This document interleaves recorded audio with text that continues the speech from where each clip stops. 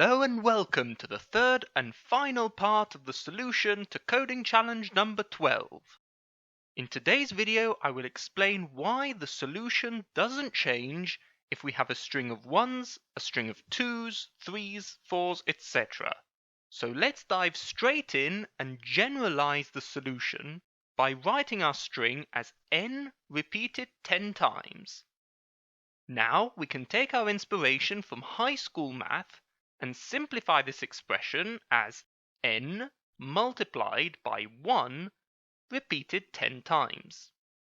So it's clear now that the maximum solution will be given when the string of ones is configured in order to give the highest possible value. In this case, we would have 4 ones multiplied by 3 ones multiplied by another 3 ones.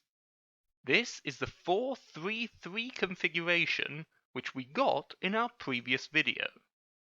Therefore, we can now re-multiply the factor of n back into our number and say that our maximum solution is given as 4n's multiplied by 3n's multiplied by another 3n's.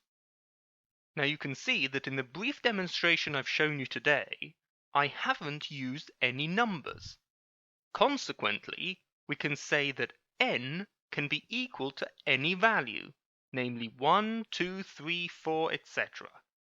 With this in mind then, we can derive that no matter the number, the configuration which gives us our maximum solution will always be 4, 3, 3, no matter the number we choose.